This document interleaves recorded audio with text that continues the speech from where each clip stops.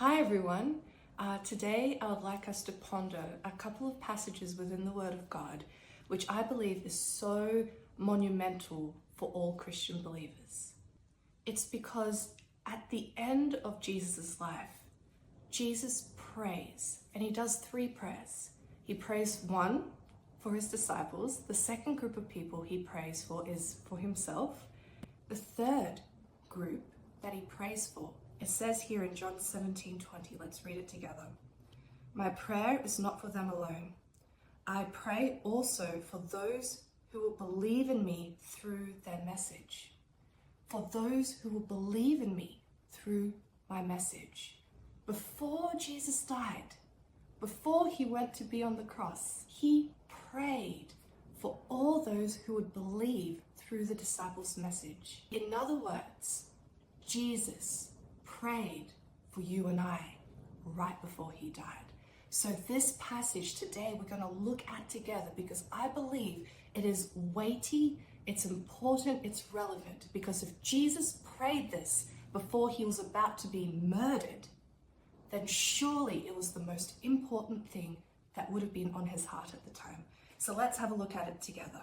Let's start from chapter 17, verse 21. Look what Jesus says.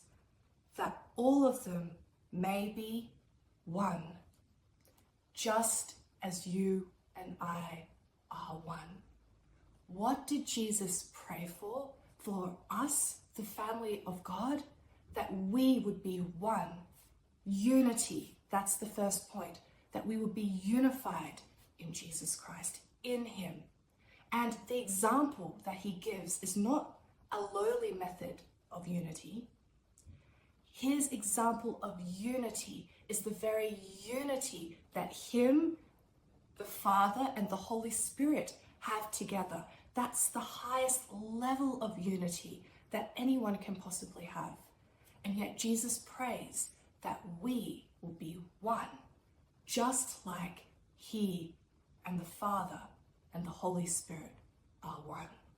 So that's number one. We are to be unified in Jesus Christ. And I look around the world today and I see lots of division, but I believe that if Jesus prayed this prayer, that it's possible.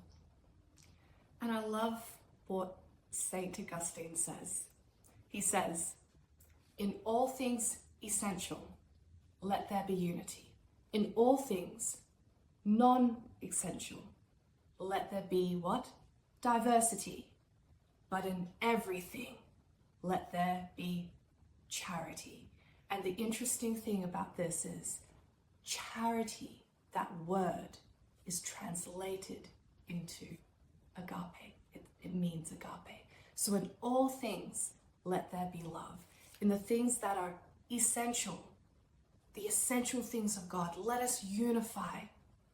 In the things that are non-essential, like the expressions of worship in different cultures, let there be beautiful diversity. But in all things, let there be charity, love.